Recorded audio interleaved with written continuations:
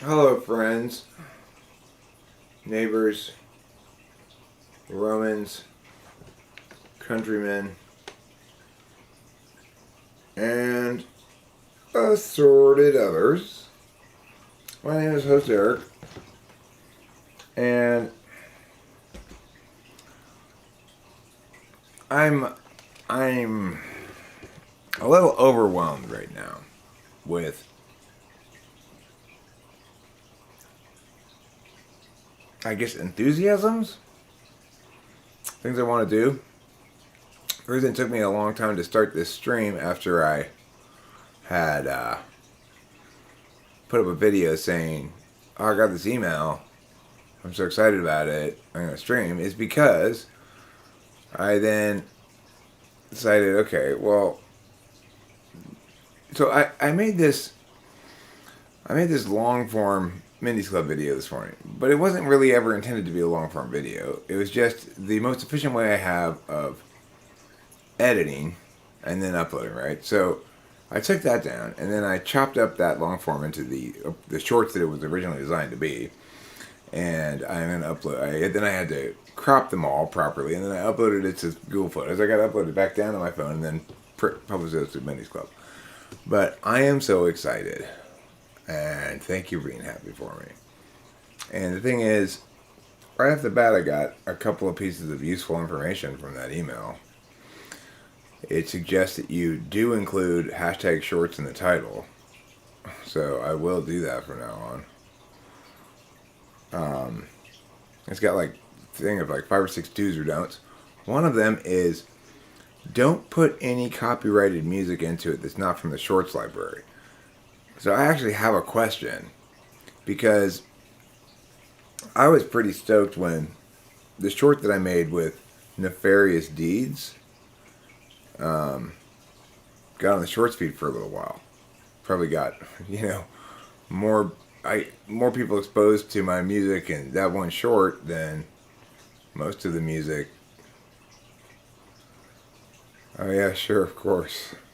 Bug away. I mean, basically, I have the email still open in like a tab because I'm not ready to take any action on it yet because I just got it, but it's got like several things to do, like click here to confirm this time and shit like that, So I thought I'd wait till tomorrow and till when Rachel's awake, because also if we make an astrology short, a short about astrology, hi Boba Fett, hi Winston's mom.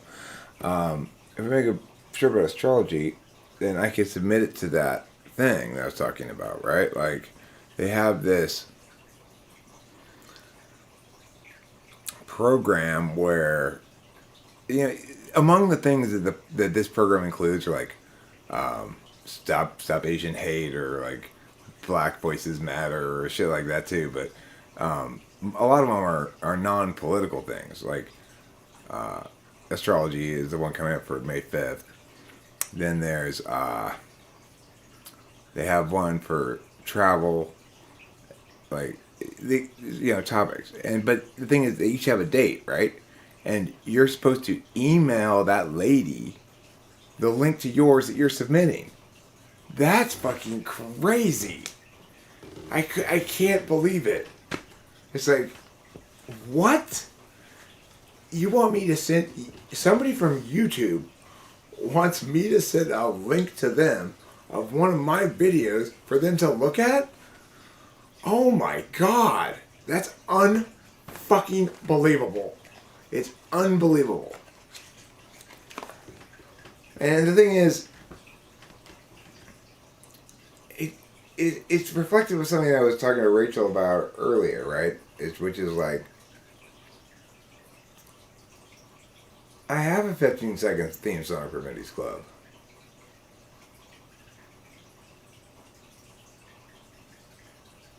It's the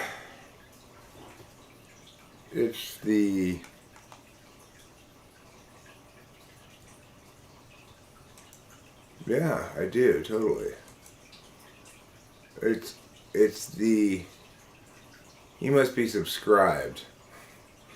That's the only reason you don't hear it every time you go to Mindy's Club. It's because you're subscribed.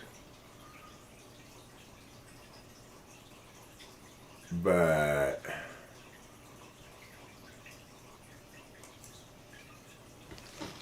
I'm going to channel search for it.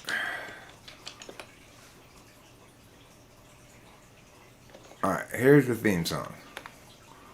So that you can hear it with your ears. Bears and lions both have cubs. Toes and cigarettes get stubbed. It's true both below and above, but nothing's as true as Mindy's Club.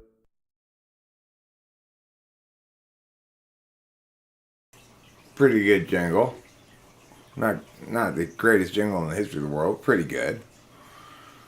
You know, sometimes you can't come up with a jingle. I couldn't come up with a jingle for defensible typology.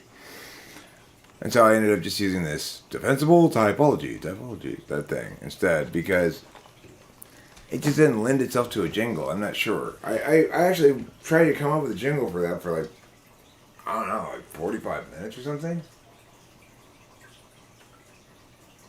What the hell? Okay, something's in the garage. It is a really good sign. I'm going to have to step away here for a second, and I'm going to ask you two individuals to chat among yourselves for a second, because I got to go see what's in the garage, and I also realized it's 1:46 a.m. I need to move my car into the driveway. I left it out all night last night, actually, and I didn't get a ticket. I got lucky, but I don't want to push my luck about that. So let me go do those two things real quick. All right, see what it must be that trouble's in the garage or something.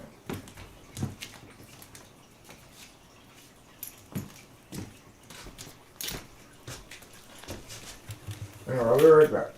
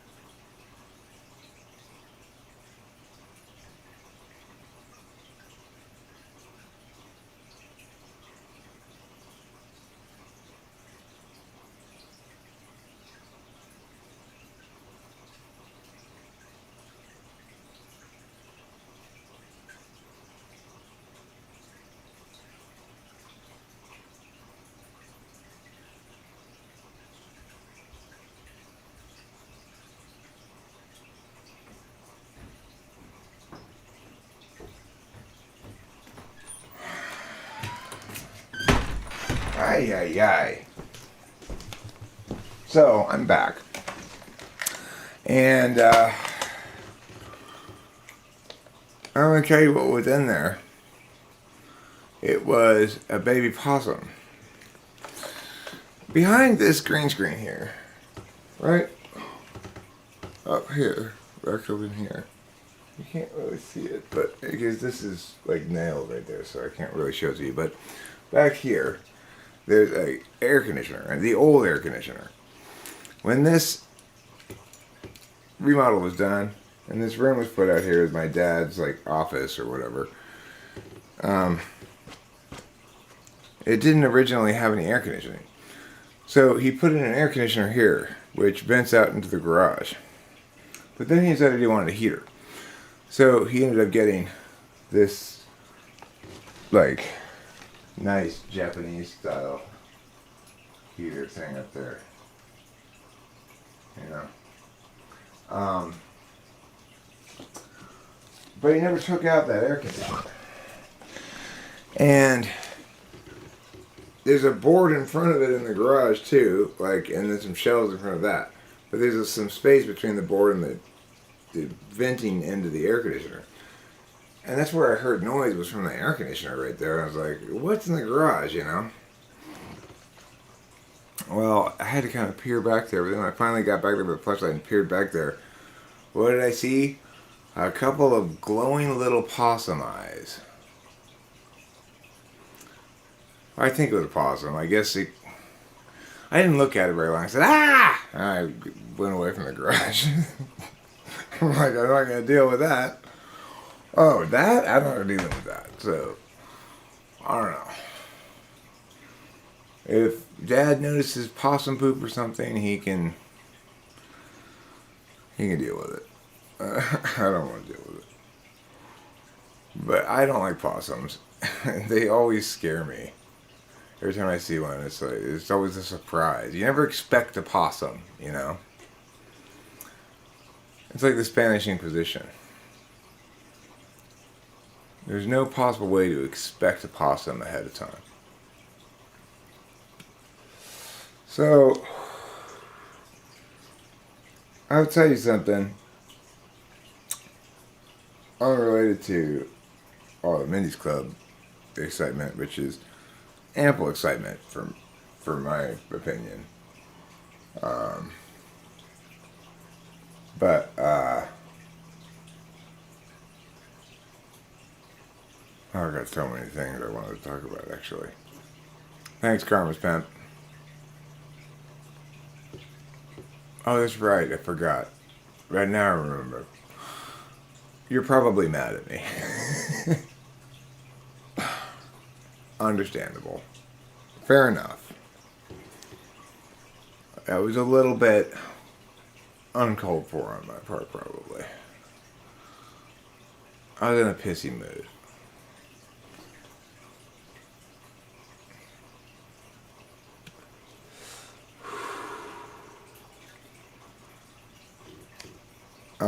Anyway, you know, it's so things I want to talk about. Oh God, there's so many things I've been thinking about. This is what I mean when my NE gets overwhelmed. It's like I don't have to do a lot of SI, but I got to keep track of some themes that I'm thinking about, and when there are too many of them, I start grinding down slower and slower. I'm trying to process too many things and keep too many balls up in the air at the same time. But I guess let's start with the following observation that I wanted to discuss, which is yeah,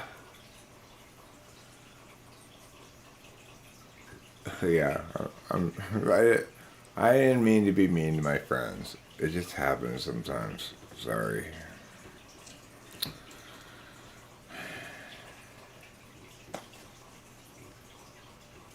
Now you're making me have FI.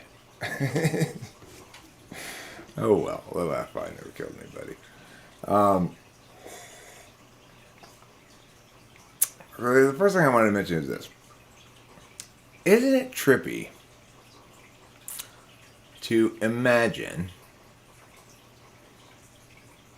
that, I don't know if it's too baby to be alone. How baby does I don't even know if it is alone. That's all I just saw 1 second of its eyes and ran away.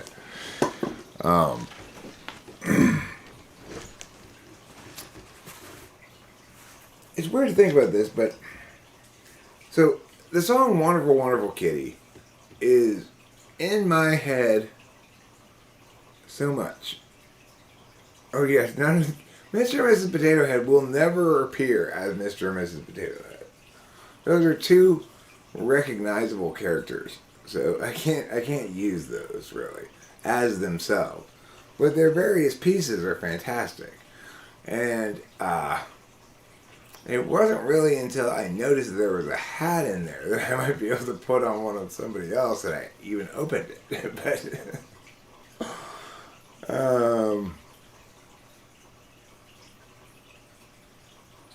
yeah, I know. Well, I need to do a formal recording of it.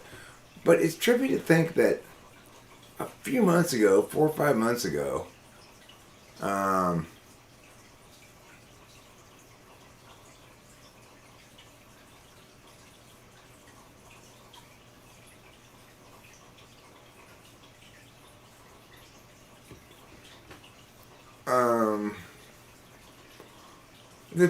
that song didn't exist. Because nowadays, every time I see the cat, practically, in lots of other contexts, but especially when I see the cat, I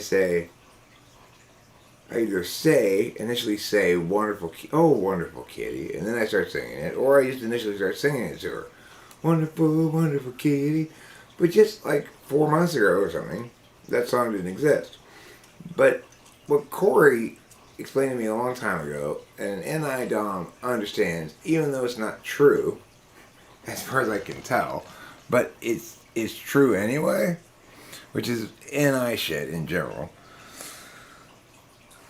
is that song did exist before I discovered it. But I hadn't discovered it yet. If it didn't exist before I discovered it, it wouldn't take over my life so much as an idea, as a song, as an entity, you know. Yeah, I know. The thing is, I don't know if maybe I do have some kitten pictures of Capillo. I might.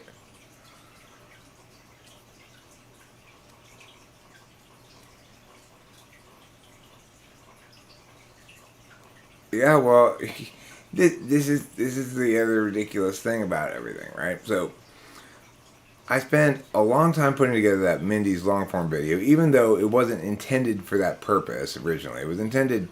It's just the process I have to do if I want to edit shorts on the computer rather than on the phone, which gives me more power to edit. I can do more things. It can be more precise. A lot of different things, but I can mix in audio tracks and stuff like that. So I was doing that. And then when I was done with it, I made it into one long form video of 2 minutes and something, which I'm going to chop into 15 chunks of shorts that are already decided, but there's no seams in the video that indicate where they are exactly. But I know where they are, right? And then I watched the whole thing as a long form video. I said, this really works as a long form video, just like this. Like, this is a really strong 2.5 minutes. I think I'm going to upload it to the main channel. But I'm also going to make a prediction. It's going to get like 30 views. And then 9 hours later, after I uploaded it, it was at 39 views. And I took a short, I made a video of Rachel petting the cat. The entirety of that process lasted no more than 3 minutes, including the filming time, the shorts editing thing, and uploading it. And it had 160 views in 9 minutes, or something like that. So it's like I got all this time I put into something, It gets 30 views in 9 hours. I have this other thing that is nothing. It's nothing, right? It's nothing. It's like that swimming video. Which of the Mindy's Club videos is the most successful of all of the shorts I put up on that channel? And I put up a lot of them already. It's one where the swimming girl is lying down like she's swimming, and then Devin goes, "Hey, you're swimming! Look at that!" Or something like that. Nothing. It's nothing. Right? And it gets 9,000 views.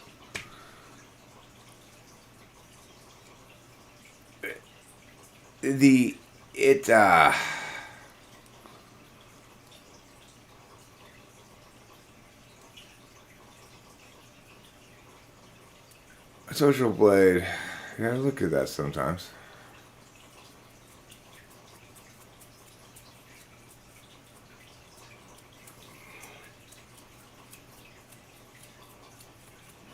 Well, I will submit one for every one of those topics they have.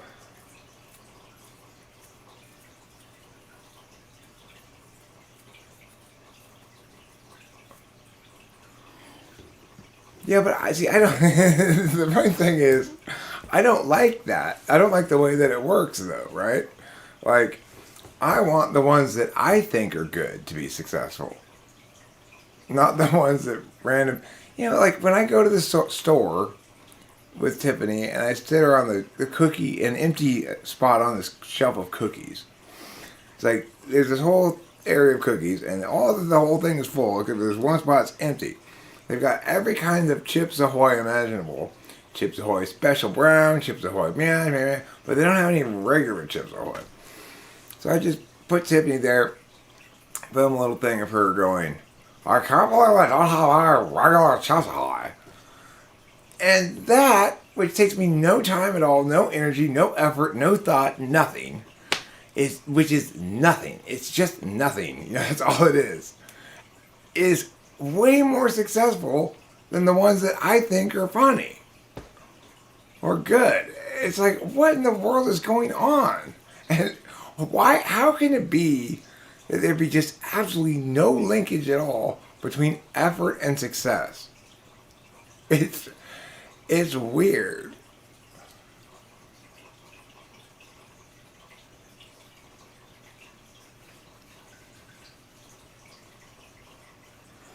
But you know what? It doesn't matter. It's like you really realize it's a numbers game when you're on a shorts channel.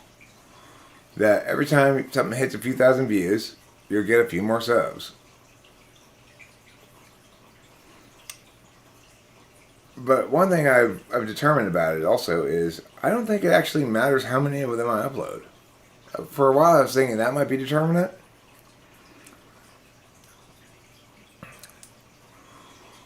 But, I mean, there's topics, though. I have to make it to the topic. I'm not going to be able to just sort of do it the other way around. So, I think I will submit an astrology one when Rachel gets up, because she'll play one of the characters, and maybe she'll be Mindy. Okay, do you hear that? Do you hear that shit? Hey, possum. The fuck?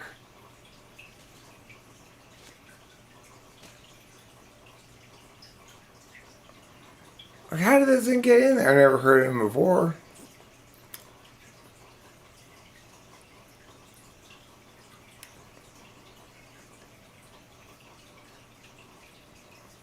Not in a good place to find food, really, in the back of the air conditioner. I mean, he's got access to the whole garage in there, but there's not really food available in there, per se. It's like there's canned food, but he's not going to be able to open a can.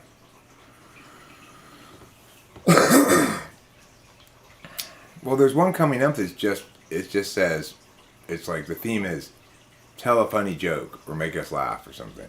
So I'll definitely try to. Definitely maybe have a shot at that one, you know? We'll see.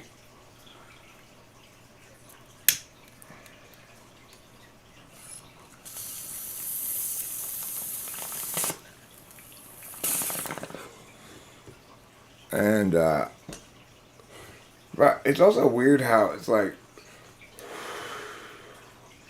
they don't send you an email saying, congratulations, you're in. They send you an email like, so as you know you're in, it's kind of like that kind of a thing.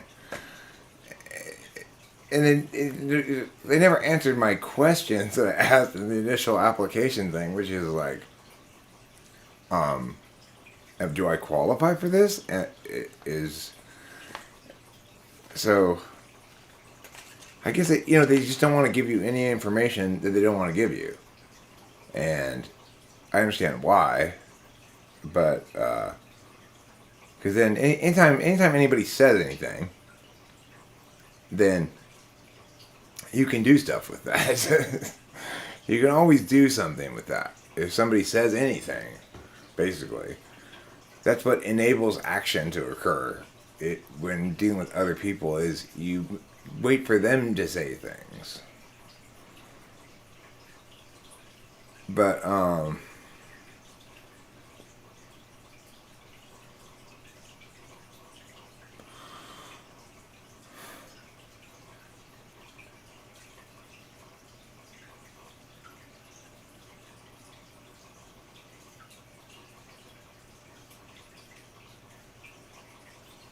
But yeah, it's weird.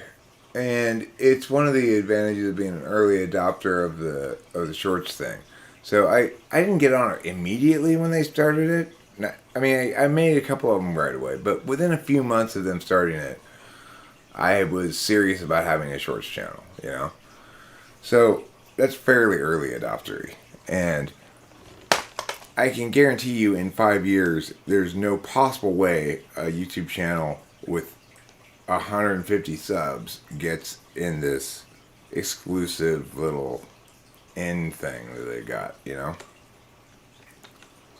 What time is it? It's 2 in the morning. 2:08 in the morning. But I slept from like 11 a.m. to like 6 p.m. today, so I'm probably up all night. I didn't take my Adderall until like 7 or 8 o'clock at night, so I don't think I'm going to be going to sleep tonight, really.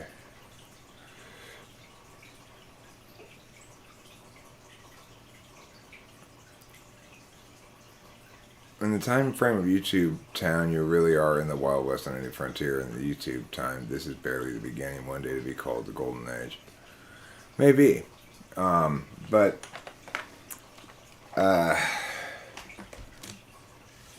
currently, it's low risk for them because you can't monetize shorts as shorts. You can only monetize them as long form videos.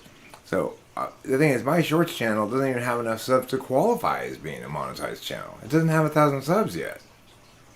So, and I kind of realized late after I had filled out an application that it didn't indicate to me why they were sending it to me or which channel they were sending it about.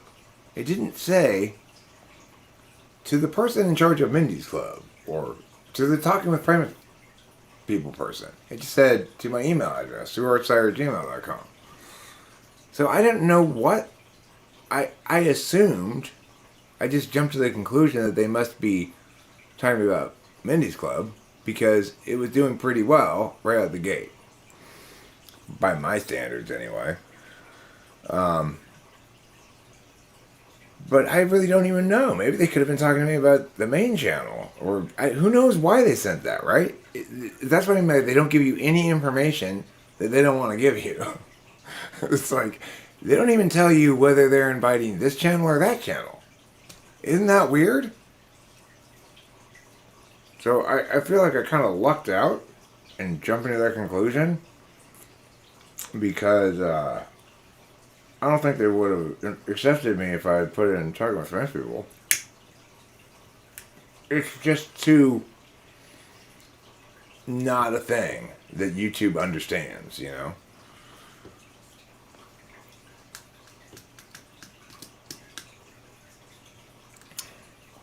What's SI4 versus SI8 look like?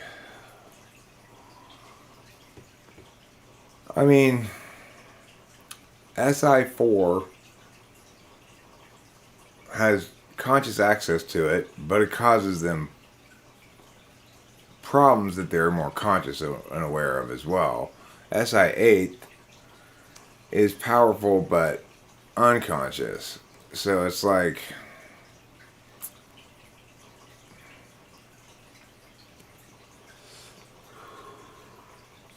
well, they know that, Karma's Pimp, but they don't want to give. Yeah, I mean, everybody who has multiple channels is supposed to be like that.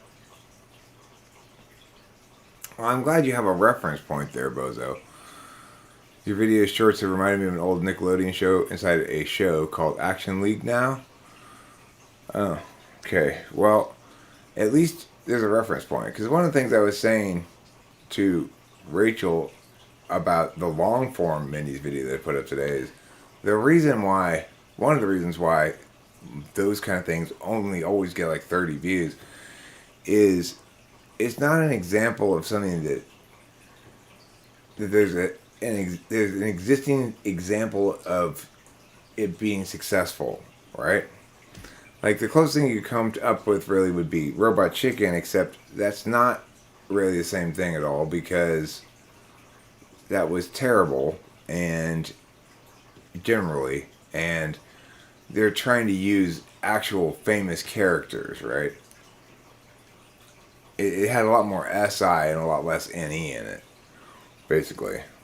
But, whereas with the shorts thing, there's kind of an NI neutrality to shorts. As long as it NI pops, it doesn't really matter what it is. And if it doesn't NI pop enough, and it has to NI pop means that all the little pieces have to be there, right? It's got to have a popping visual that draws people in. It's got to have a popping title. It's got to immediately move through the thing. The other stuff is what I found out in this creators letter thing for the special in group is that for people who have, I guess,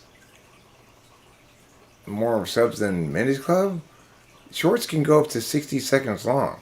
I'm only allowed to make up to 15-second shorts, but I think that's great. I don't want to make shorts longer than that. In fact, when I get to 15 full seconds, I think, okay, this is probably too long.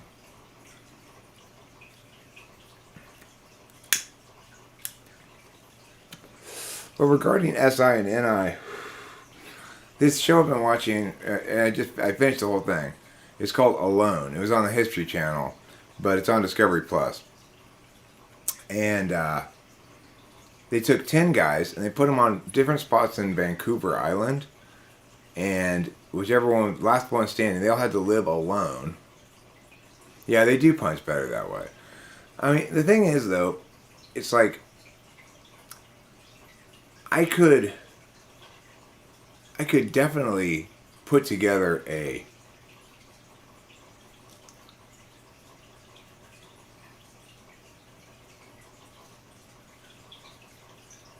I mean, Byron, yeah, I put up a bunch of shorts on personality for a little stretch of time, and they did do reasonably well. My very most successful short ever actually was a short of me going to a trash can that had like one of those rings that made the hole, and the trash bag wouldn't fit in the hole, so I said, like, T.E. Polar people be like, oh no, the rest of us. And I pulled up the little ring thing and put the trash can in and put the ring back, you know. that video, which I knew when I made it was gonna pop. I could just tell. That one I knew was it. It had all those NI components. It has this obvious visual that explains this phenomenon in full, in very short order, etc. That got 30,000 something plus views. But the informational ones, the ones that are really easy to make, they get 1,000 views maybe. It's not that that's anything to sneeze at, but they're also annoying to me because, well, it's like I saw as a recommended short on my phone earlier. There's this lady's face, and the title of it was "Do This When Dealing with Toxic People," and I was like, how the fuck are you supposed to give any meaningful advice about something as complicated as that in 15 seconds? You just can't. And the same thing is true with the shorts on personality. They may be successful, but they offend my sense of responsibility because they also incite comments asking me questions that are naturally going to be elicited by this 15-second blurb I put up about something. And I'm just like, and or critiques like, well, you didn't really explain that very well. She's like, fuck off, I have 15 seconds. you know? I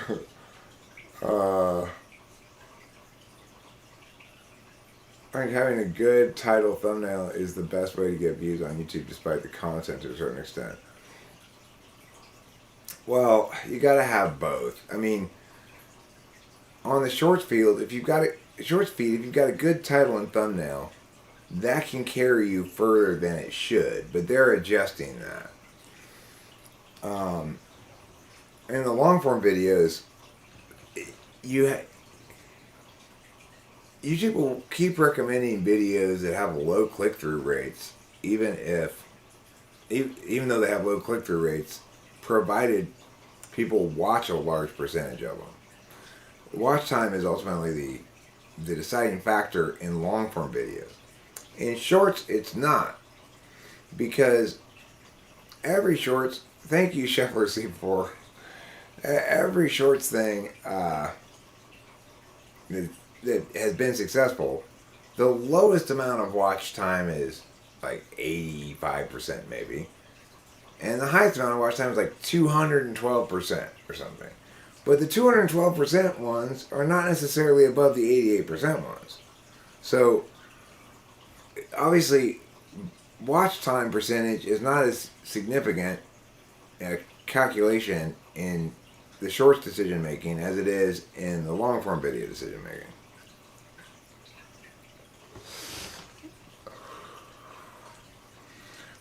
And the other thing, Byron, is I do have a playlist called MBTI Nutshells where I tried to make short MBTI videos, and I still occasionally put them up there. They're like 2 to 3 minutes, where I have a little bit of room to explain something. 15 seconds is just... I did a run of those, and I decided I was done with doing those, because I didn't like the fact that it opened me to a bunch of critique, because I was saying just... I was talking about something that needs to be explained using TI and NI with just NI. And I was therefore subjecting myself to TI critiques, which doesn't uphold under my operational value.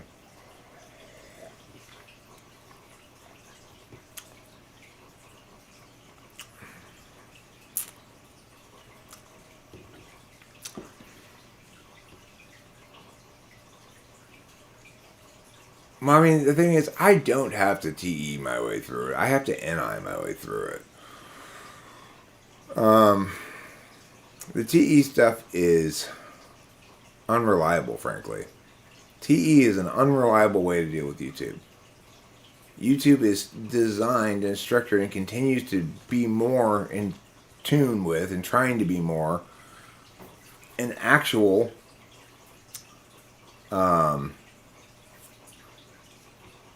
preference engine, you know? Like,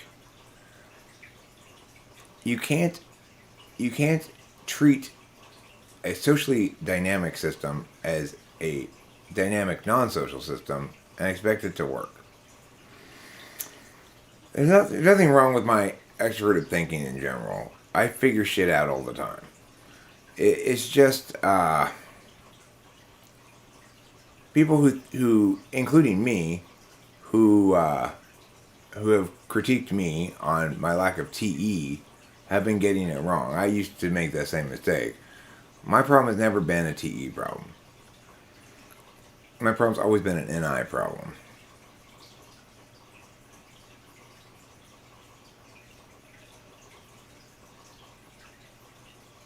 Are you talking about this chess idea? Well, I mean, I've already got my cast of characters and my conceptual framework in which to operate. And besides which, you know, like kind of like a TV show, sometimes one person from an ensemble cast kind of emerges as the star.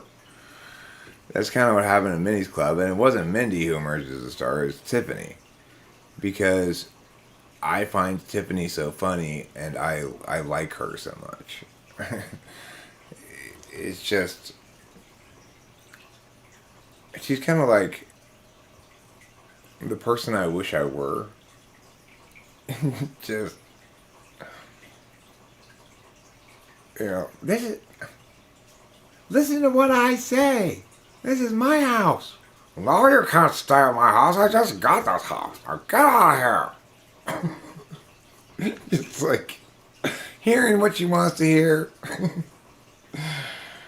Just unreasonably certain and confident about everything. No matter how little qualifications or justifications she has to be that way.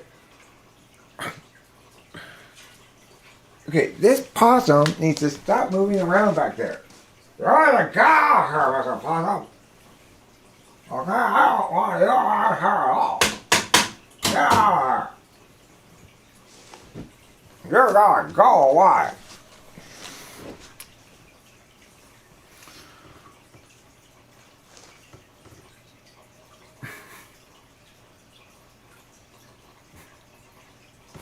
Yeah, Tiffany's very clear on everything in life, really.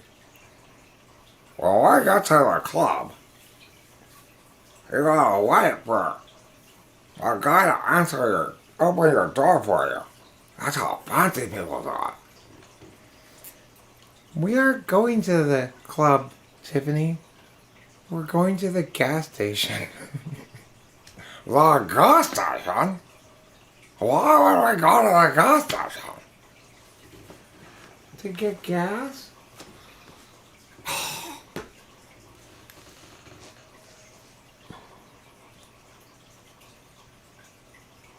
A use for language. My answer is just communication, nothing else. What's your opinion on it? I mean, it's used in different ways by different people. Some people use it only instrumentally.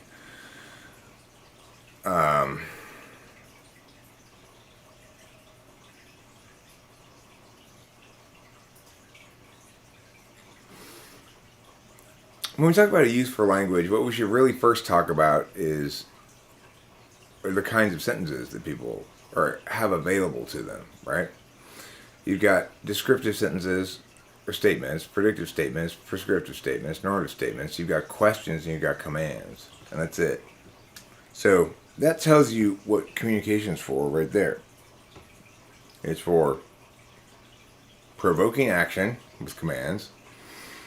It's for acquiring information with questions, and it's for affirming and negating with statements. And that's it. There's not really anything else it's for. The problem is we keep wanting to put it in an NI position.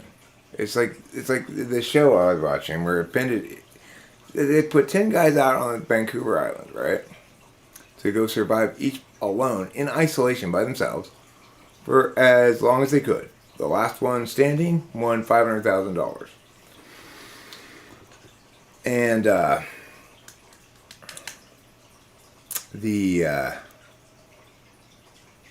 the last two people out there were an ENFJ and an ESFJ.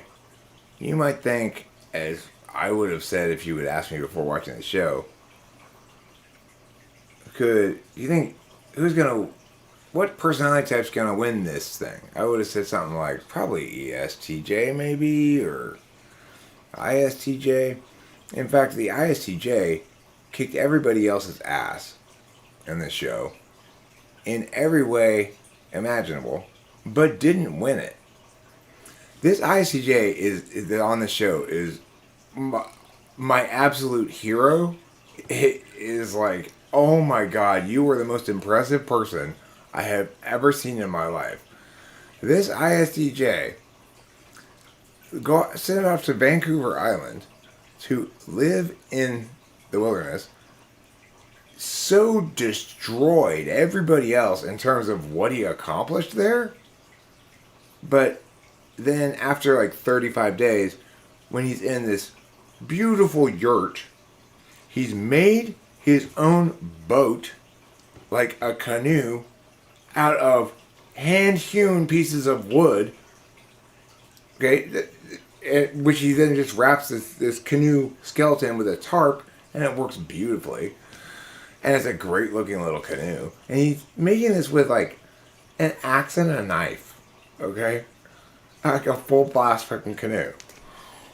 And then, so he's made this yurt, he's made this canoe, and then he's bored, and he's got extra time, he's got things so SITE perfect for him. What does this guy do? He makes a fucking guitar. Like, they show this process, I mean, it's like more like a lute, really, but with fishing line, a fucking log, and his knife. And it's like fully working. And then he's like jamming out on it. It's like, oh my god, how could you possibly...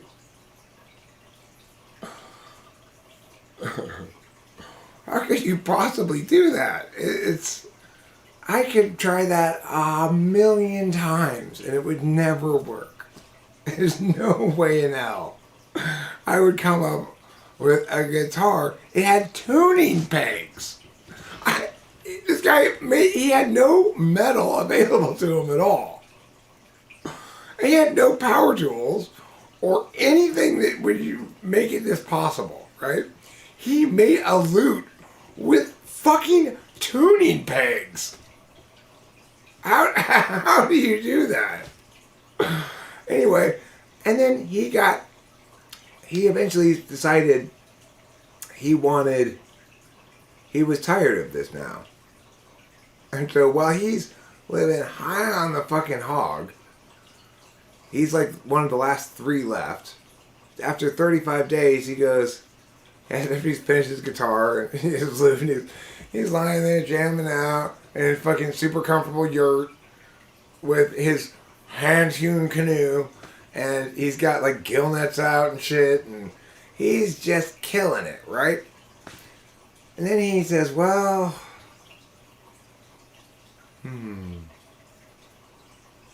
you know, I just don't think I want to do this anymore. I guess I've proven what I needed to prove. I needed to prove anything. And he just said, okay, I'm done. Calls him up and then he leaves.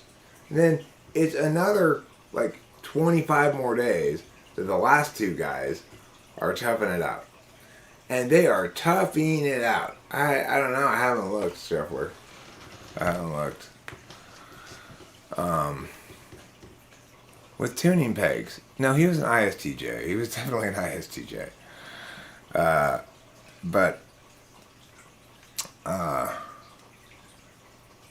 Like, you know, the tuning pegs being like you turn it like this and it changes the pitch of your string.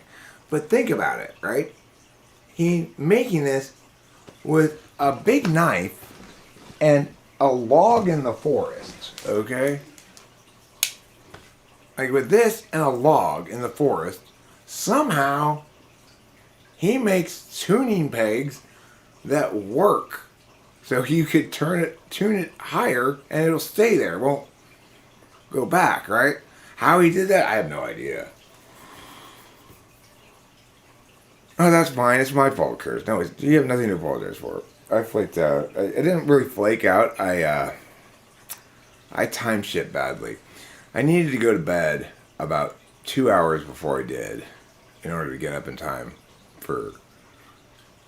I have to set aside 4 hours, or else that happens. Which is, I was lying in bed, going, okay, it's 1:30. Sleep for another 15 minutes. Okay, it's 1:40. That was only 5 minutes. Sleep for another 5 minutes. Okay, it's 1:45. Okay, another 5 minutes, and you gotta get up because you gotta have a little time to get coffee and smoke a cigarette, and then, oh fuck, it's 2:15. So then I rush out here and shoot you an email and go right back to bed. Because I just couldn't do it. I was too tore up. And it's like, I knew I didn't want to. I could have said, alright, look, you're super tore up right now, but you got a 2 o'clock. You should just take a bunch of Adderall and tough it out. I could have done that, but then I knew it was not a good idea. Sometimes you just gotta trust your instincts and go, that's gonna put me too far behind the 8 ball in terms of rest, competency, energy, etc. So that's what happened. But I will definitely be there at 1 o'clock tomorrow because I got a lot of sleep today, and I didn't get up until the evening. So Go is to Western chess what philosophy is to double entry accounting.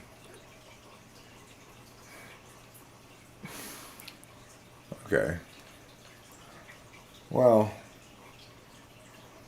one thing that shorts and YouTube in general teach us is that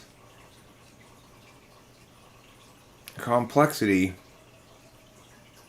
is only good when it serves the truth and or the identity of the thing. Certain things have to have a certain amount of complexity to be meaningful. But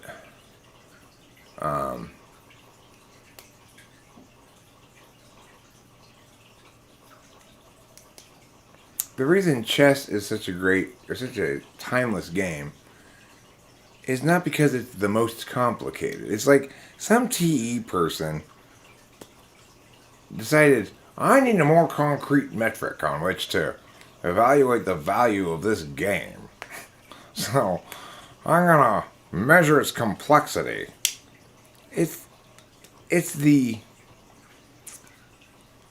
way that it represents archetypes. That's what makes it chess and what makes it better than Go. It's not because it's more complicated. It's because it has more NI.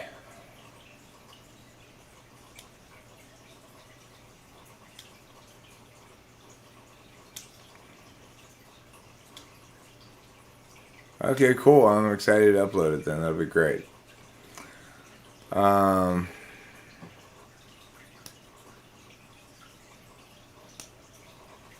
Meaning that one must learn a great deal to arrive at Shibuni?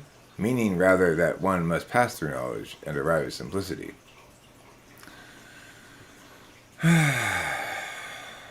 Well, I mean, this is the conundrum of ESTPs and ENTPs, is we're not really satisfied unless it's hitting on multiple epistemological metrics. Like, it's got to hit on SI, it's got to hit on NI, it's got to hit on TI. The only one we don't care about is FI, and that's the most particular, so it's fine, you know? If you're evaluating externals.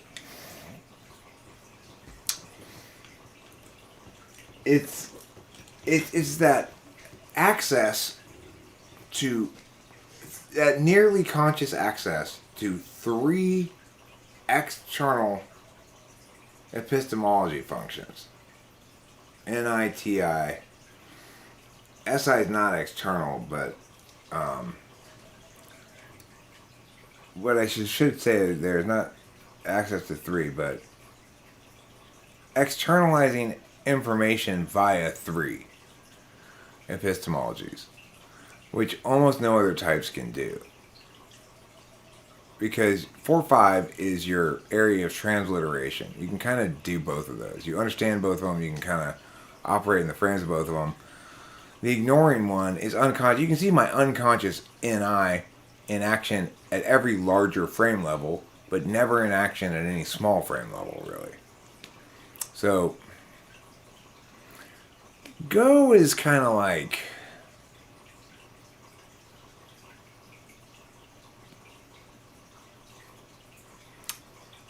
Go is like...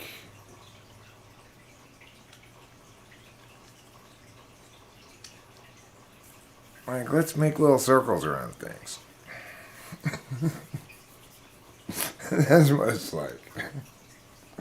That's what it is. Let's make little circles around things. That's what they should have called it, in fact. They named it all wrong. But, you know, this screams to me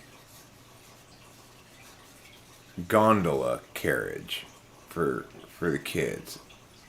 You know, it's got these holes in it. This is perfect for having them flying in. You know what I'm saying? They can sit right here. You can put strings through these holes on both sides so it suspends nicely. They're already drilled in the middle so it's balanced if you meow it like this. And it's got holes in the bottom too, so it's like you can use sticks and stuff to make it go places or whatever, right? So these potato bodies are really good, and they're lightweight too. My sky lantern plan, as you see, I've got this bag, and I've got this little thing that I clip onto it. This thing here is a little clipper, and then I'm going to get a piece of string like this, but maybe 2 pieces of string, and I'm going to get this one sitting like this, okay? So it's sitting like this up in here, and it'll have a candle on here, and then the string will go like through these side things and down here, where this will be sitting like this with the kids in it. And the only problem I have is where I'm gonna put the phone. So I think what I'll probably end up doing is figuring out a way to attach the phone holder thing to this or this, so it'll be outside of it a little bit. But it's gonna be hard to get them in frame, the kids in frame, and also the view in frame, right? I'm not quite sure how to do that. I think I might use 2 phones even.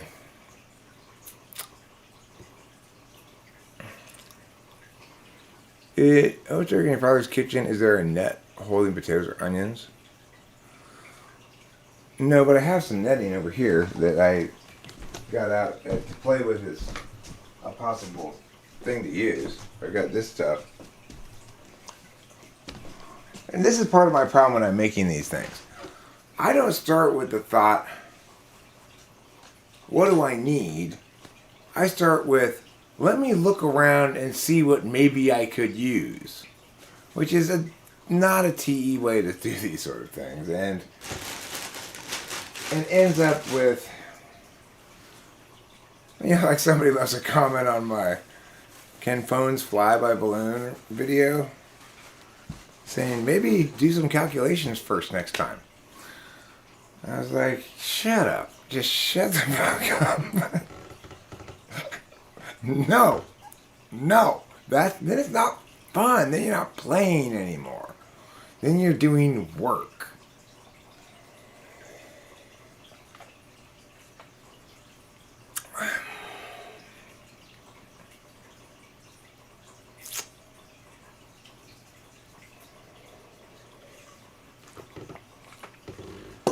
So I could use that netting stuff there. I already cut out a square. And then I said, what are you going to use this for exactly, Eric?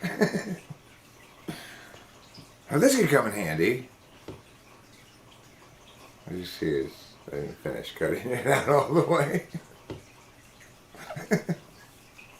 I decided, you know what, maybe this is dumb. Maybe this is a dumb way to do it.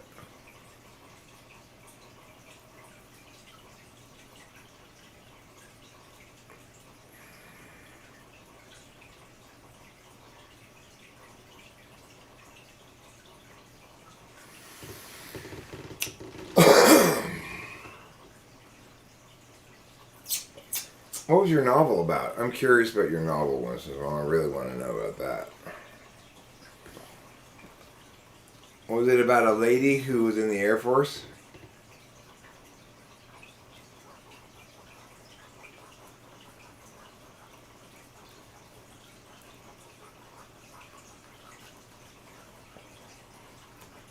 You just make function rooming into a board game. All you gotta do is make a card game into a board game is include a board with some rectangles that say, like, put your main stack of cards here, put your mana cards there, or something like that, you know? Retrograde analysis is about figuring out how a certain position could have been reached. Oh, man. I remember for the little bit of time when I was into chess,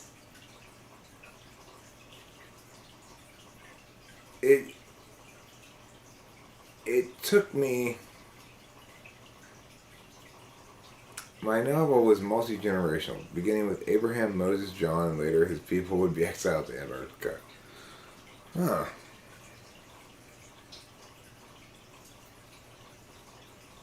My novel, Gospel Pantheon, was also multi-generational, but it only covered 3 generations. My novella, Megalomaniacs, only covered like a couple months worth of time, you know. But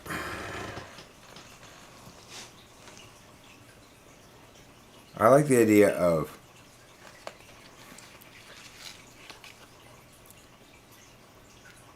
Moses parting the Red Sea,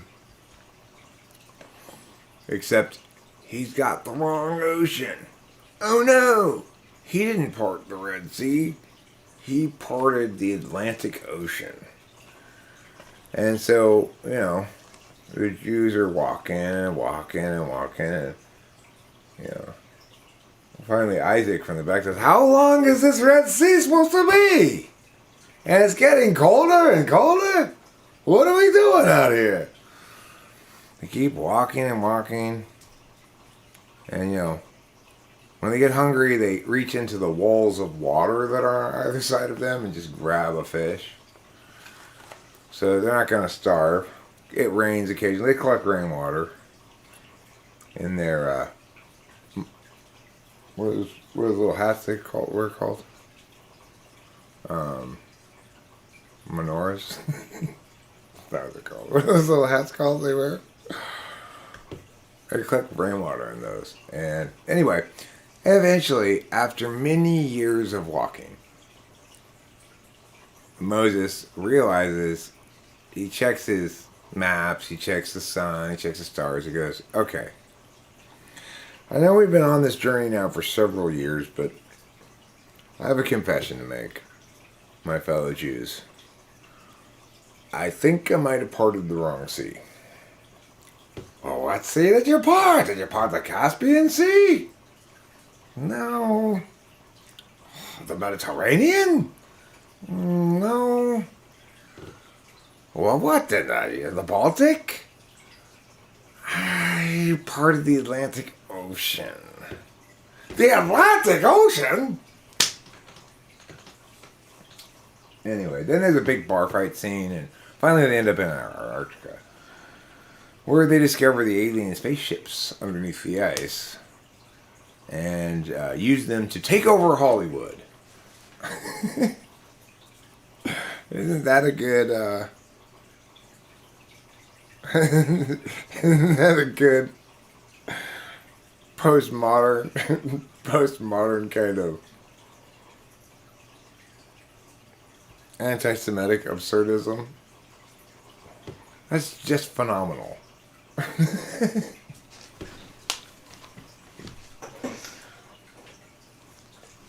Post-groupist absurdism is phenomenal.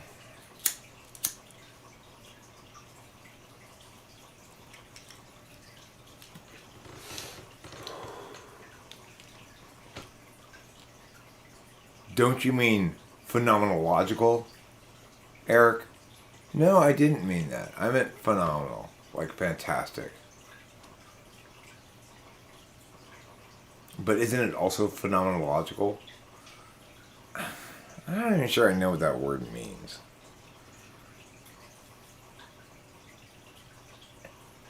And, is it like the logic of phenomena?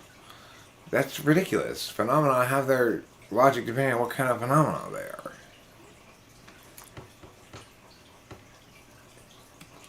It's not a naturally occurring logic, right?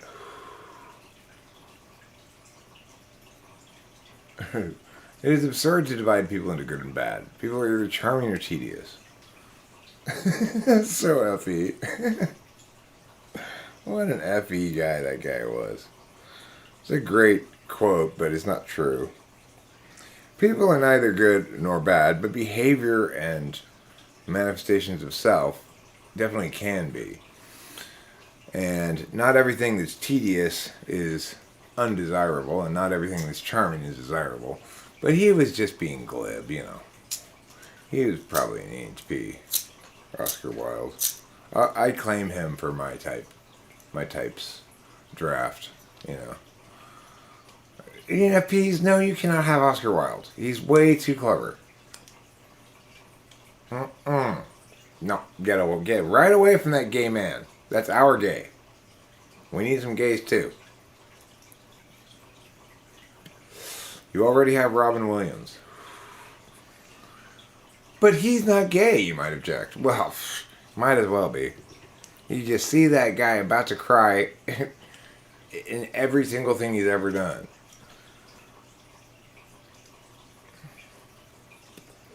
R.I.P., I do know that he met a tragic end at his own hand, and that's very unfortunate and everything. But that's the problem with FI. It's toxic. It'll kill you eventually.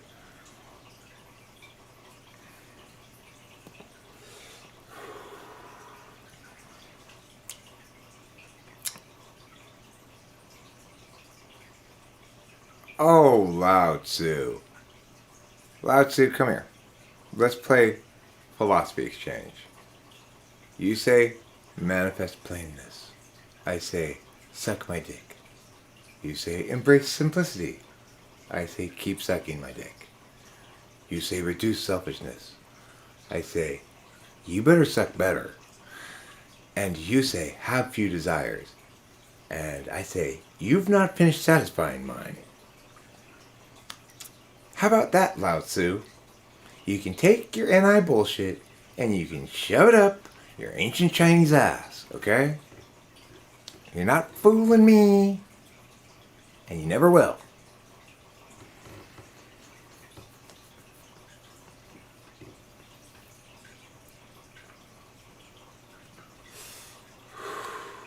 The Tao that can be spoken is not the eternal Tao. Oh, well, could you maybe... So what are you talking about? I don't know. That's how I know so much. The first part of that was right. The second part was completely wrong. Lao Tzu.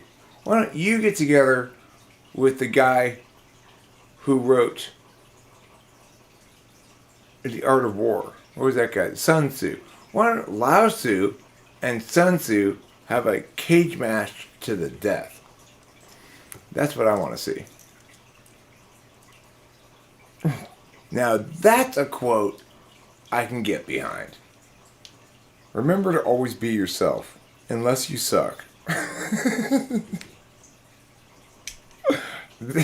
There's a quote I can really get behind.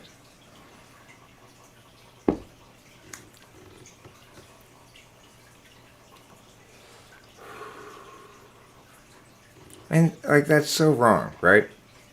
Do you see how this wrongness seems to infest Asian, I guess, intellectual tradition, or whatever you want to call it? See how this nonsense infests it throughout? It's the art of war, motherfucker, not the art of diplomacy. Words mean things. The supreme art of war is not diplomacy. Duh.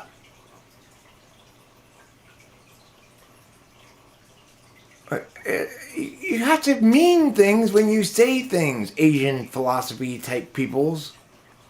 Otherwise, you're just jerking off in my fucking bird nest soup.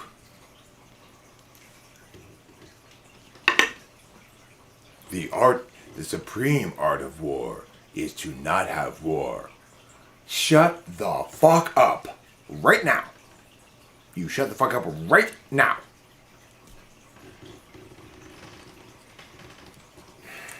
When we are near, we must make the enemy believe we are far away. When far away, we must make him believe we are near. But what about when you're actually fighting against the enemy? Then it's pretty clear to both parties that you're near. Isn't it? Sun Tzu. What do you do then? How do we follow your instructions then? All warfare is based on deception, and my lancers are charging into your lancers, and my samurai are fighting your samurai.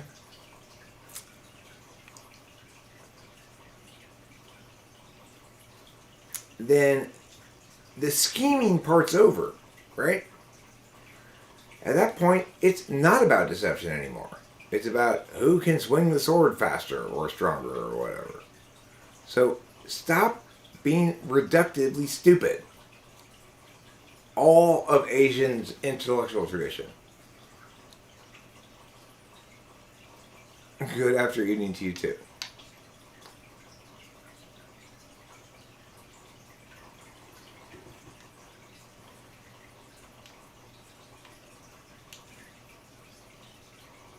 I was thinking of sieging. Are we going to sigh? Siege? Are we going to do siege? Move swiftly as the wind, and closely as the wood. Closely formed as the wood. Attack like the fire, and be still as the mountain. Oh boy. Oh boy, boy, boy, boy, boy. Yeah. Now, Sun Tzu, I'm sure, has some other part of his book when he talks about executing a siege, in which case all of this other shit he said just goes right out the window. Because these are little NI bits. They don't need to actually connect together to tell you anything that you can hang your hat on. Or just gesturing at general resonance. It's just poetry. You hope it gets better explained. I mean, the thing about poetry, right, is it's not an explaining medium. things that are poetry are fundamentally not explanations. So, when you're trying to explain to somebody the art of war, you don't use poetry as your medium.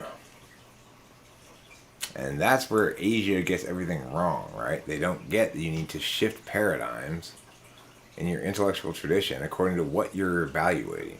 I mean, the Europeans didn't get it for a long time either, but the Renaissance came along, Age of Enlightenment came along, and all of a sudden, language kicked into gear and enabled what you might call discursive truth finding. Of course, to do that, you have to eliminate holistic shit. And what we've finally reached now is an understanding that, I mean, we people right here, not the world, but is that you can neither exclude the particularist nor the universalist if you want to be accurate. And that this urge that individual humans have had for all of human history to exclude one of those two in order to attain paradigm dominance has in every single instance been misguided.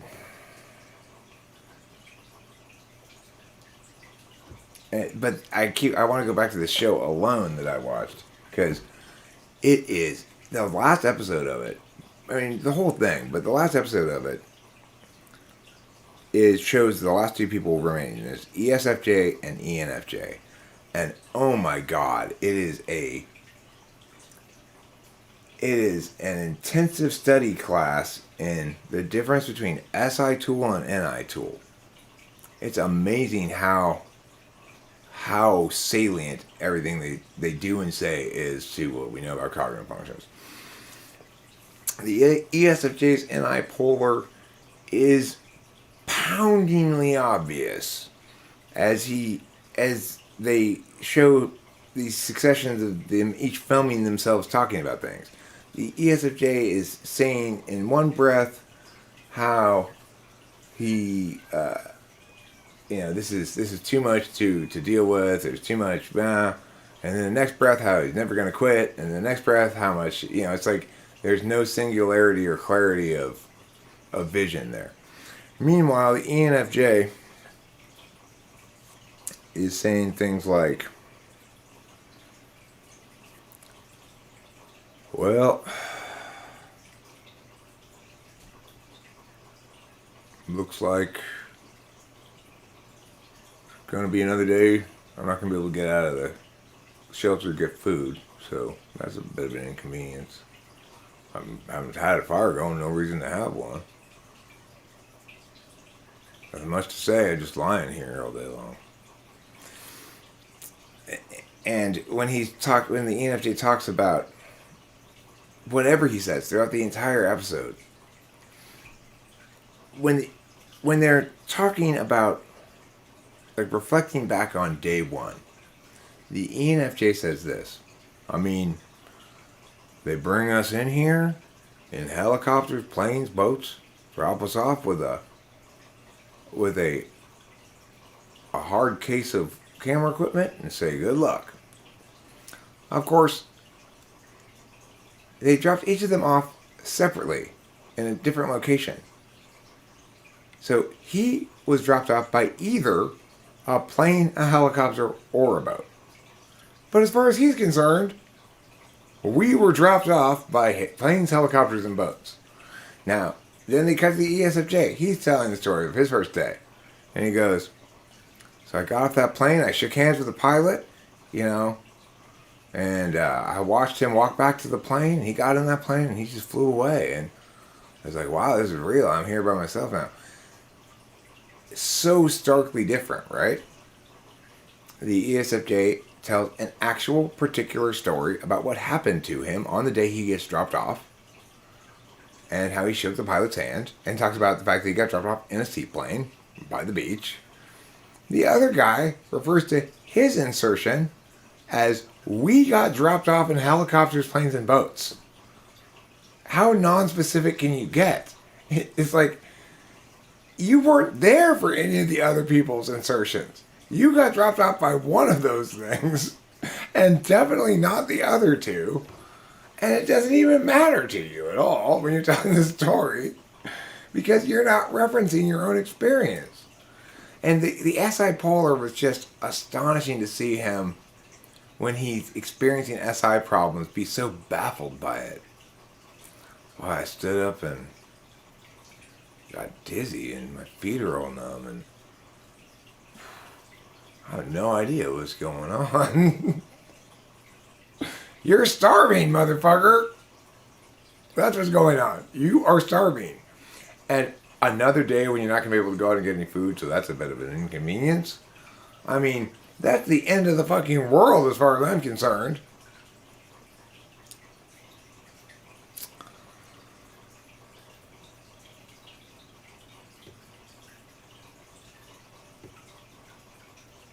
But he won. The ENFJ won. And what was interesting is he put the least amount of effort into a shelter. He didn't build a shelter. He found this fallen tree under which there was like a little cave area. And he said it was just big enough for him to lie down in and stay dry. And I know he didn't really do any improvements or anything. He just didn't notice starving and being freezing to death like everybody else did. And the other thing that's interesting is you wouldn't think in an isolation contest where they're put in isolation that FE DOMs would be the last two standing. Except what I realized watching the show is because one of the guys, when they got him off, one of the main things he said pushed him over the edge was that talking to the camera, spilling his guts to the camera all day, really was too emotional for him. Whereas the FE people treat the camera as though it's another person. They're telling their story, and it's going to be viewed someday, and they're doing an FE they're doing FE shit. The ENFJ throughout the whole thing, he'd have demonstrative NE bits occurring. So he'd be kind of like joking around and stuff. But they were always triggered by SE, externalities. So when he's stuck in his shelter, he has nothing to say to the camera. Except simple, straightforward NI shit. And there was none of that back and forth stuff that's going on with the ESFJ. He was very clear cut about it. Well, I'm out here till I don't really know quit. So I'm out here till I hit a wall or they medevac me out or something. That was it.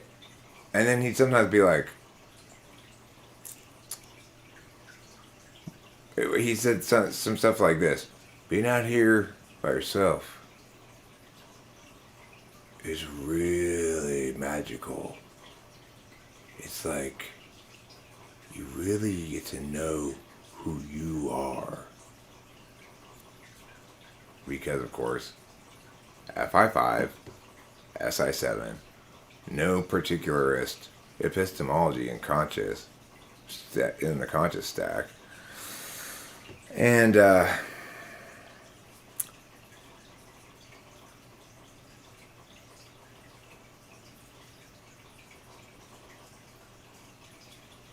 then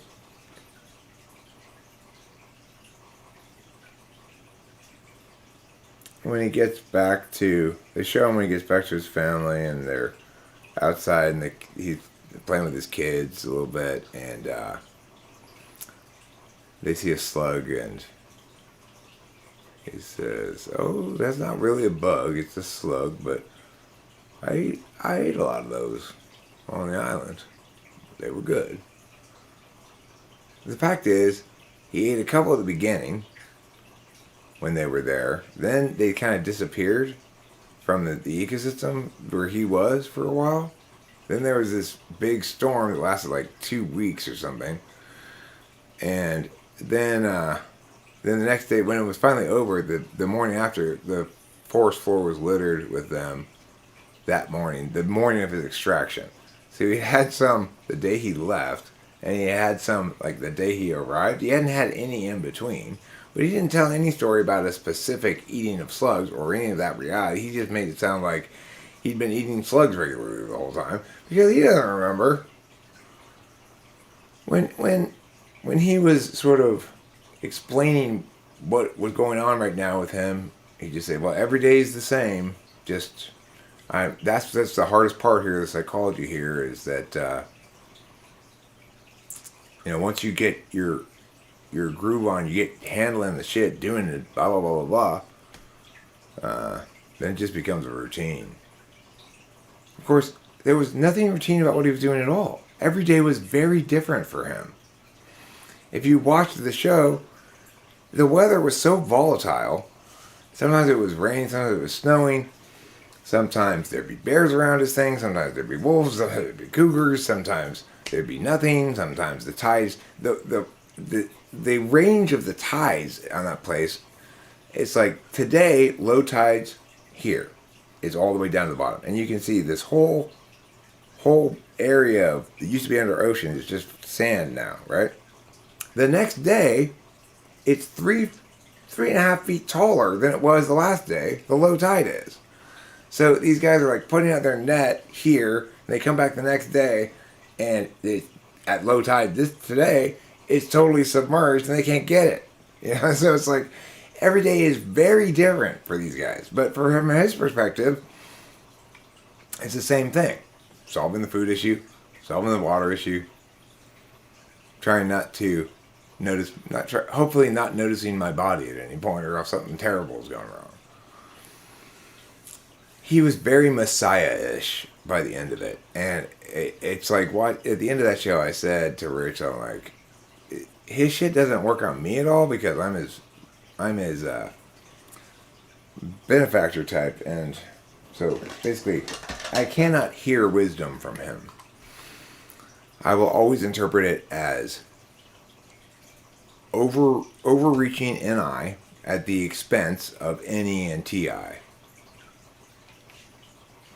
But I also could recognize, like, oh, everybody except for TI tool users probably would buy into this guy's messiahhood.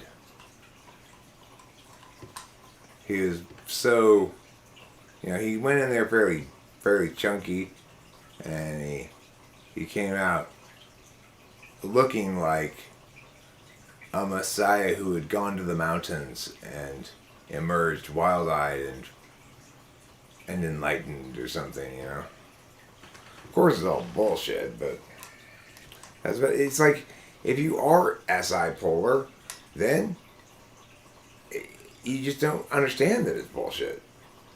It's impossible for you to conceive of epistemologies that necessarily that to get something right epistemologically, you have to include the particular, is beyond their capacity to understand. ENFJs and ENTJs alike. What do I mean by overreaching NI? Well, I mean, everything he says is generalized out.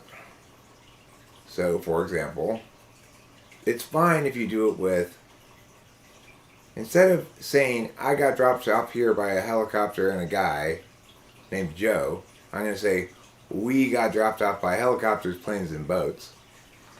That's fine, right? But, of course, because people don't understand cognitive functions and other reasons, they project their own frame of reference onto everybody. So it's like he's saying things like, it's like I've always said, the only limits are the beliefs you allow to limit you. No. Most people, when they're starving to death and they're dizzy, can put those two things together. Oh, maybe I'm dizzy because I'm starving to death. The only reason that you think that the only thing holding anybody back from doing what you just did is their limiting beliefs, is because you're so fucking stupid about particularism. So it's like we're all so fucking stupid about something, right?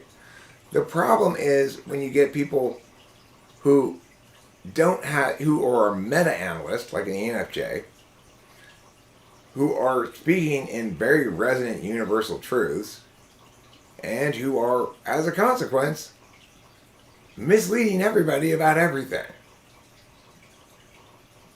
Because it's not true. If I were to take his advice and say, like, the only difference between that guy and me is that guy's not encumbered by these limiting beliefs that I have, I would be lying to myself and everybody else about who I am.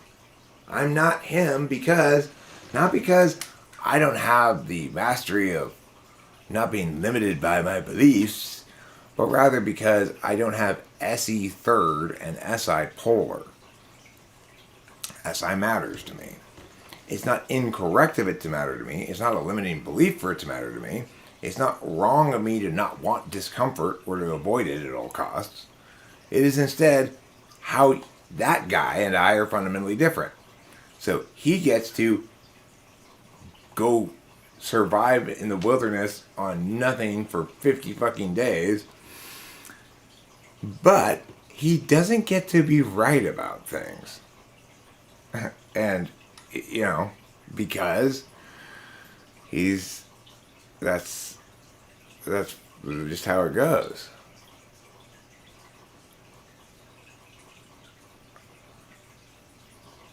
But those are opposite things you just included in the same thing there, Winston Small.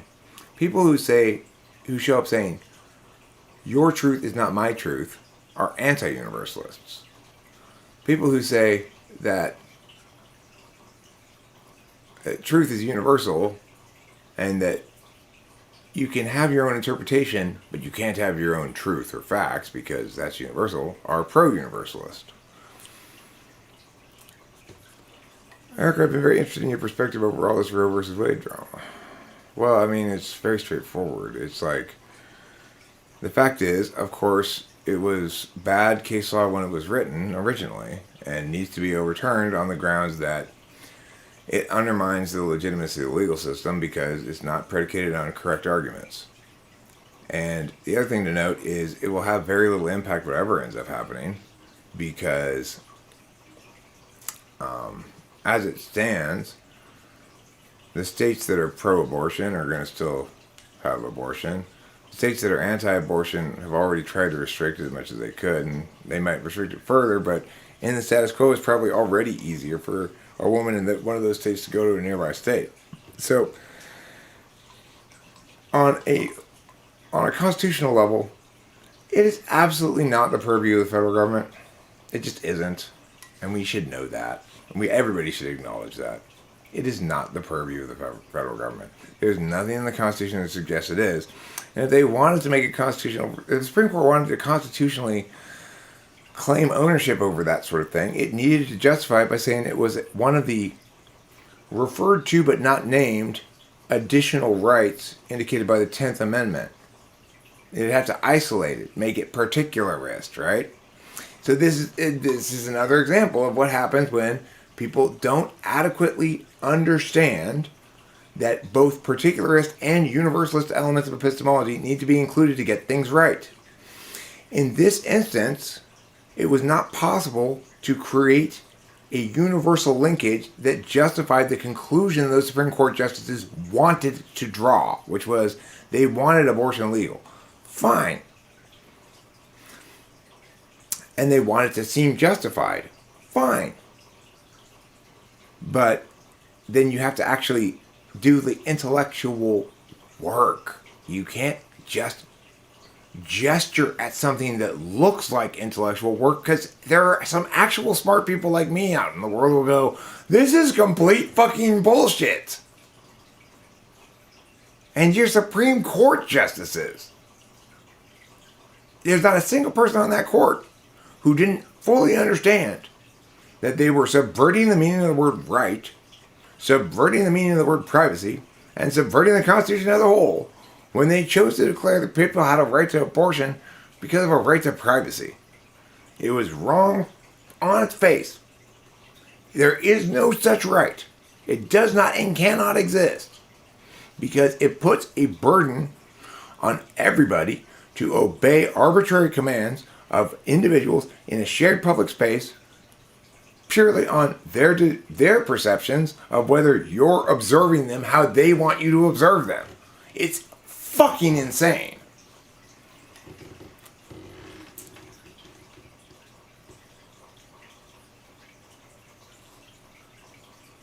It doesn't matter what it's being defended as, Winston's mom. The fact is, in its current state of being, the Roe versus Wade decision withstands no argumentational scrutiny. And as indicated, it does vastly more harm to our capacity to function as a civil society to, even if you think it's correct to have abortion legal, it's always worse to have the correct outcome with the wrong justifications than the other way around. It's always worse. Always. Because what you harm when you uphold a poorly reasoned decision is you uphold the destruction of the very foundations of civil society. You say, it doesn't matter anymore. It doesn't matter whether we're right or not. It just matters whether we get what we want. And as soon as that happens, and you are a public servant, you have committed, in my book, treason. You should be executed. Because you put what you want ahead of the integrity of the system that allows us all to continue to exist as free and decent people. It doesn't matter how much it's important to you that you turn on this light bulb.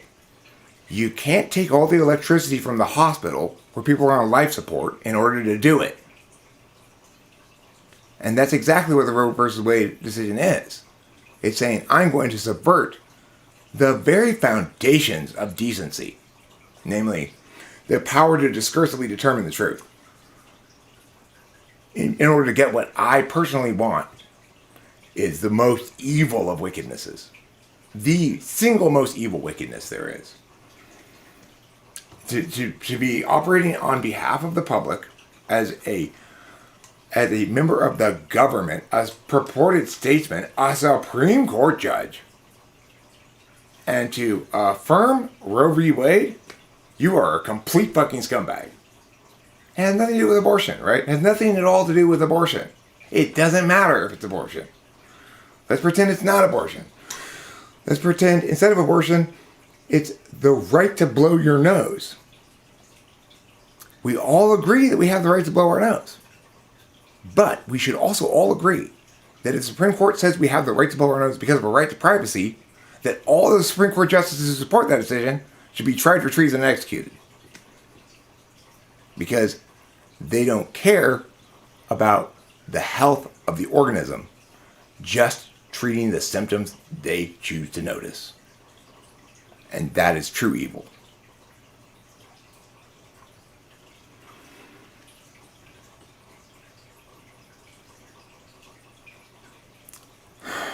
Voting is a civic or civil right, and so as a consequence, it's appropriate to have legislation determining the scope of that right. It's not a natural right, but there's neither a civic, nor civil, nor natural right to privacy. There is no such right of any sort to privacy. You can appeal to privacy as an entitlement that stems from your right to property. That's fine. But that's not a right to privacy. And whether or not we care about using words correctly is what matters. Because Winston's mom, if she were in charge, she'd be worried about the fact that the people who are defending the decision to overturn Roe versus Wade are constitutionalists. But if we applied that universally, then we'd have to go back to women having no voting rights. No, that's not true. Because there's been a constitutional amendment to afford women the right to vote. So being a constitutionalist means that, for example, what was more offensive? Tell me this, everybody, and let's see if we get this right. Which of the following things is most offensive?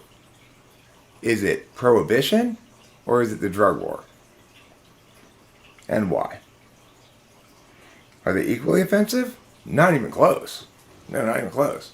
There's actually nothing offensive about prohibition. And why is there nothing offensive about prohibition? Winston's mom, I want you to answer this question. Why was there nothing offensive about prohibition? It's important that you understand the integrity of the process is what matters. Why was there nothing offensive about prohibition? Because remember, when they started prohibition,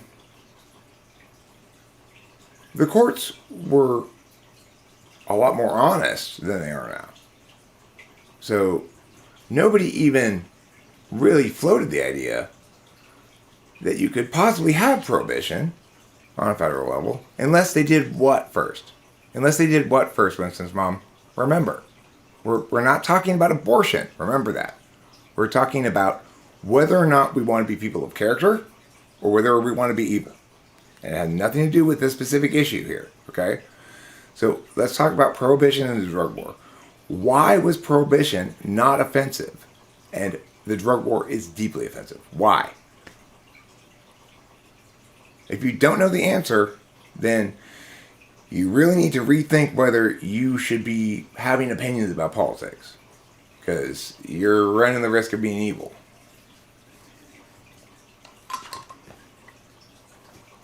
The reason is because they passed a constitutional amendment for prohibition that actually justified the federal government taking control of the matter. That's why it wasn't offensive. Why is the drug war offensive? Because it runs afoul of the constitutional constraints of the federal government without doing that. I'm not strawmanning you. I'm absolutely not strawmanning you. Your argument that appealing to constitutional limitations of the government to justify overturning Roe v. Wade is bad because if we followed that line of thinking, we'd have to take away the women's vote, is a terrible argument and indicative of wickedness in every regard. So don't try to back away from it. I don't need to ask you questions. You're constantly providing me information. You're constantly saying things I can reference. I'm not confused about what you're saying. I don't need clarification on it. I can see what's wrong with what you're saying.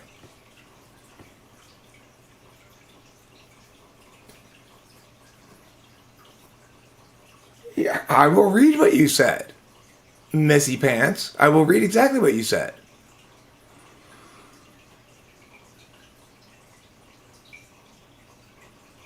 The argument is to move abortion to the states is being defended as being original constitutional precedent. Take that one step further and women can't vote. It is a right being erased. So,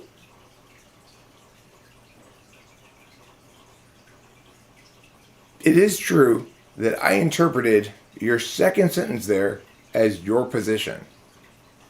Is it not? Because you do say the first sentence, the argument is.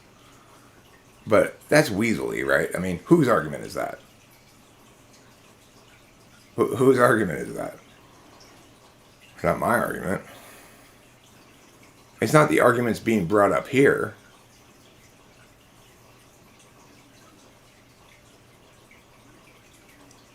Trigger law states. What does that mean? So the thing is, we do know that it is not a right being erased. It was never a right to begin with, right? If it was a right, and it might be a right, okay, but that if it were a right, it's not the right to privacy. So we have to agree on that first. Before you make your point, or anybody makes a point that abortion is a right, we must first agree that it does not stem, any legitimacy of it does not stem from a right to privacy. We must first agree on that. Then if you want to articulate exactly your reasoning as to why you think it's a right, fine. But, everybody, you can have your own interpretation of the facts, but we can't have our own facts. So it's definitely, there is no right to privacy, and abortion is definitely not justified by right to privacy. We should all agree on that. There should be no disagreement on that whatsoever. That's very clear and straightforward.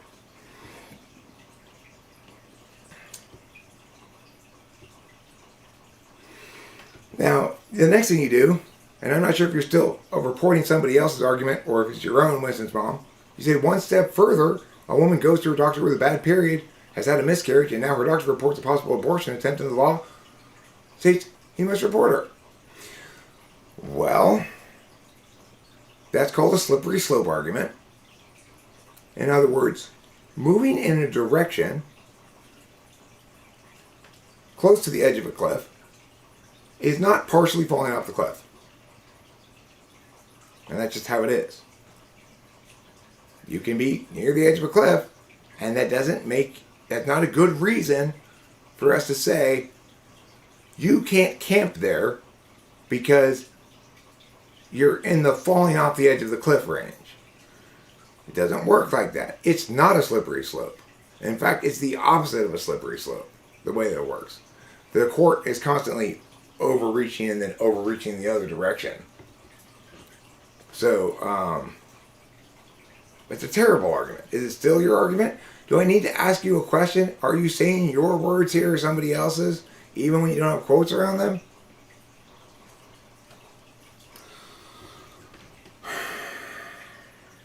So, no, Winston's mom, don't pretend as though I needed to ask you questions to respond to that argument. If you're saying it's not your argument, fine. But that wasn't that clear. And I think we can agree on that.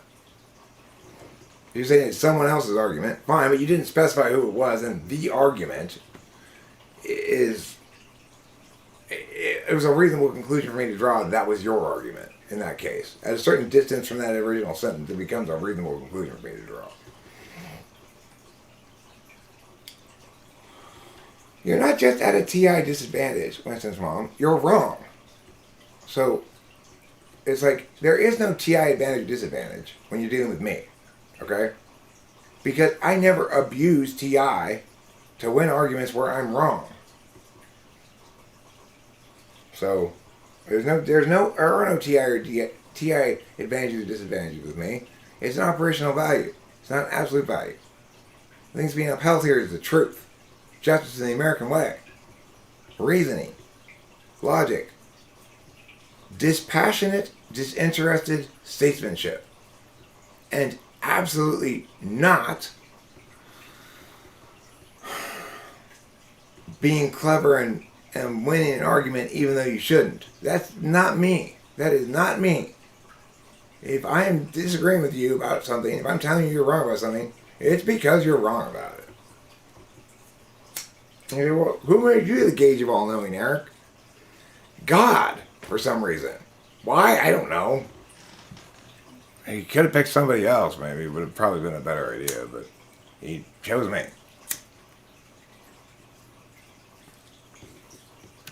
He should have picked somebody more pleasant. Maybe they would have been more successful at conveying what they know to everybody else. But, nevertheless, the answer is God picked me, Eric Strauss, to be the gauge of all knowing. Yes, he did. That's just how it is.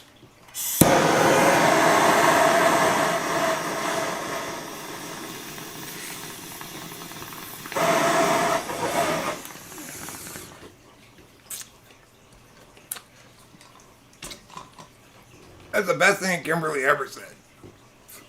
The best thing she ever said. Who made you the gauge of all knowing? I was like, wow. That's some awfully good NI for you.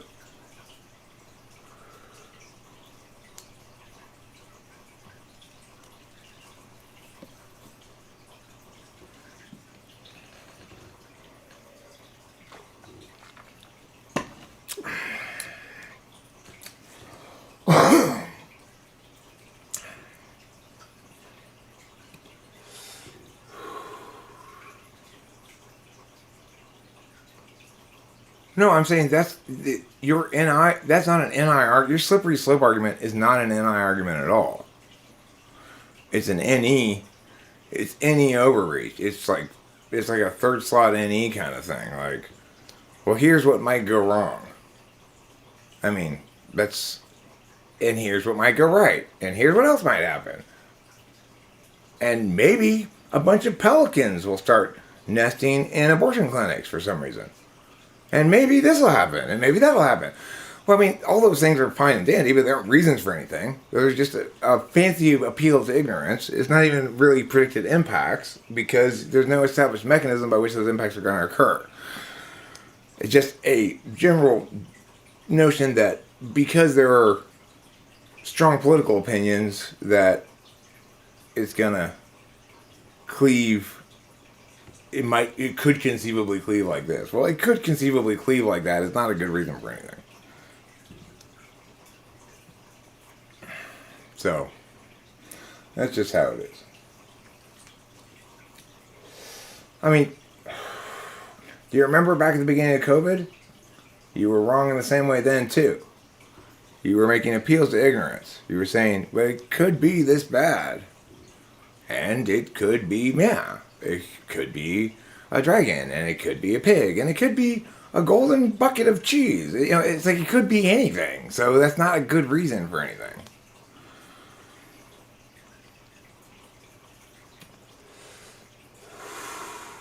You say nay? What are you saying nay to? I'm not interested in winning either. I am not interested in winning. I've never been interested in winning.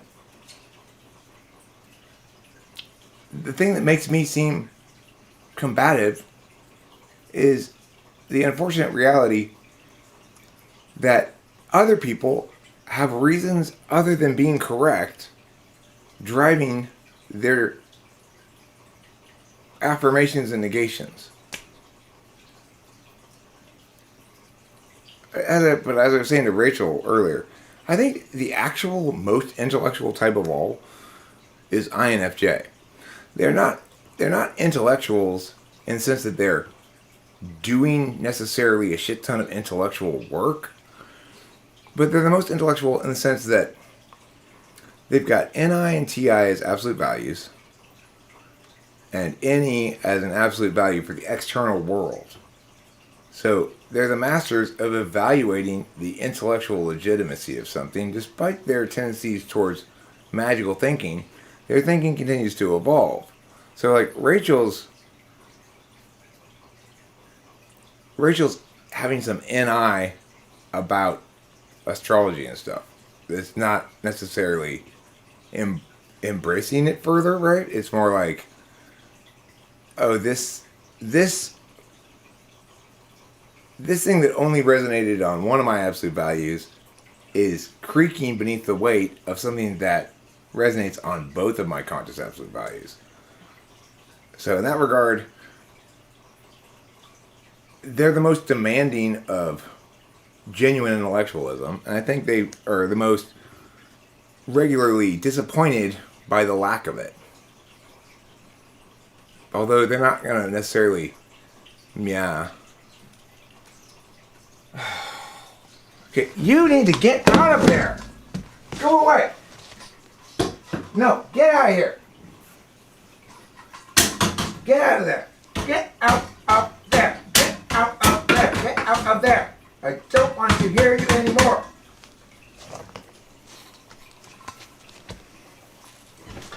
There's a goddamn possum back there in the garage making scratchety noises of things. Yeah, sure. You want to talk right now or something? I mean, I know like I have a whole bunch more things that I need to talk about on a live stream or something.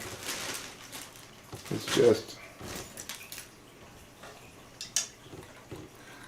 you know, like, I've had this abortion argument with people for so long.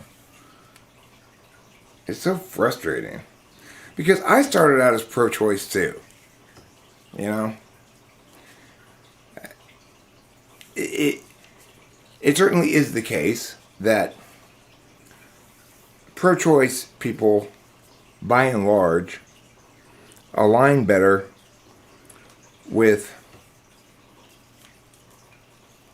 intuitive and intellectual values than pro-life people do in general. Okay?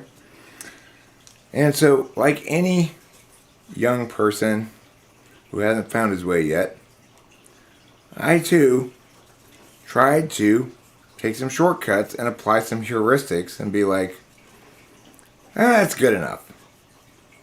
The right people are in favor of it, I'm in favor of it too. Unfortunately,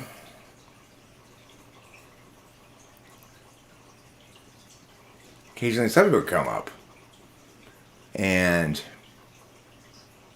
instead of agreeing with the people that I was agreeing with, I found myself going, yeah, but that doesn't make any sense. And eventually, much to my chagrin, I had to accept that I just couldn't support it anymore. Not officially. You know, it's not my... I have to officially negate it. I don't care about it at all. But that's what it means to be a person of strong disinterest, right? Is... I have to go with what's correct. I can't side with the team.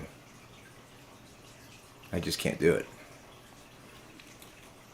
And the fact is, until I hear an adequate justification for abortion that makes it seem like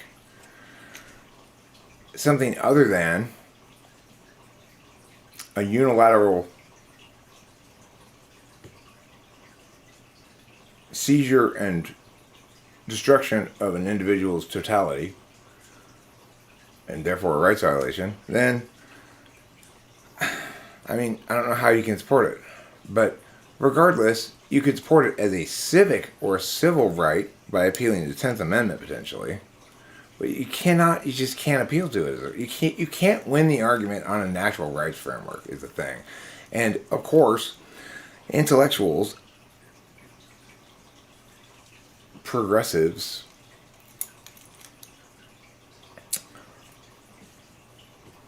I mean, both sides.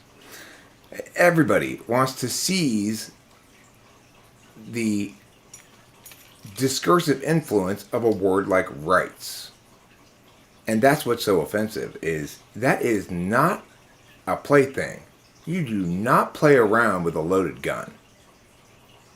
You do not start fiddling with your semi-automatic Uzi in public with a bunch of people around. You just start fucking around with it.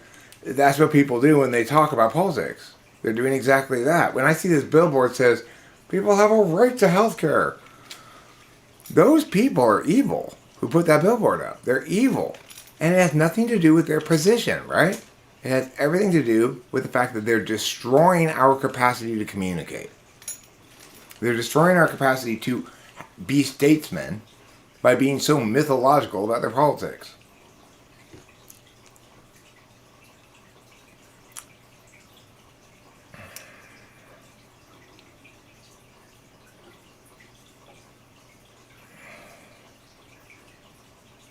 It's been a tough few days.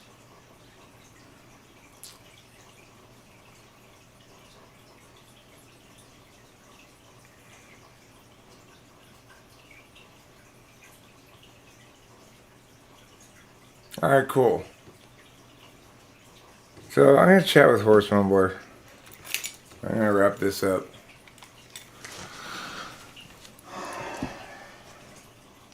See what Horse Mumbler's up to. Probably mumbling at horses, you know. I was proud of myself last time I talked to him. You know why I was proud of myself last time I talked to Horse Mumbler? Because I did a good job of listening. And I don't always do a good job of listening. So hopefully I can repeat that tonight. Thank you all for being here. And don't forget to eat plenty of cheese.